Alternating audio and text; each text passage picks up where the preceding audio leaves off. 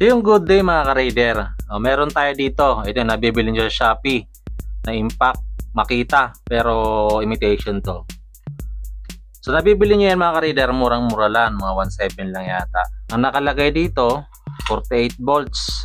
Titignan nyo, yung baba, pinakapabigat niya lang kasi walang connection, no? Yung naka-series. Ayan,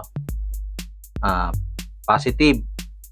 Tapos negative, positive, sineries niya lang. Tapos ang capacity lang ng baterya 3.7 volts, 18.5 volts. Kasi yung AH niya hindi magbabago, yung volts lang. Pero nakagampanan niya ng mga ka-raider kung motor-motor lang, pang baklas-baklas lang. Patagal din naman malobat. Pero maganda sana kung kasama rin to. Kung sa mga ka-raider, test light natin itong taas. Ayan, may ilaw siya. Ayan, test light natin itong baba. Ayan mga ka-raider, walang ilaw.